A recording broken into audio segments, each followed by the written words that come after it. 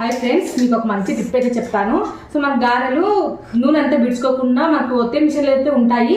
కానీ ఒత్తే మిషన్ లేని వాళ్ళకు ఏ విధంగా ఒత్తుకొని గారె మొత్తం నీట్గా నూనె లేకుండా చేస్తారనేది అయితే మీకు చిన్న టిప్ అని చెప్తాను.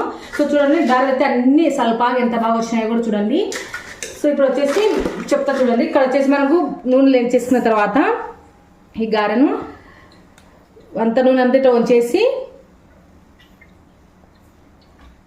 ఇంకా మిగిలినది ఉంటుంది కదా, ఇట్లా ప్లేట్లో ఒక ప్లేట్ తీసుకోండి. ఒక ప్లేట్ ఇట్లా కొంచెం ఇట్లా వంకరగా ఇలా పెట్టేసుకొని, అంటే ఇక్కడ నాకు హైట్ ఉంది అనమాట, ఇక్కడ సైడ్ ఇట్లా పెట్టేసుకొని ఒక ప్లేట్ ఒక చెంబు, ఈ చెంబు తీసుకొని ఇట్లా నూనె మొత్తం చూడండి బాగా జూమ్ చేసి చూపినా, ఇట్లా నూనె మొత్తం ఇట్లా కిందికి అయితే వచ్చేస్తుంది చూడండి.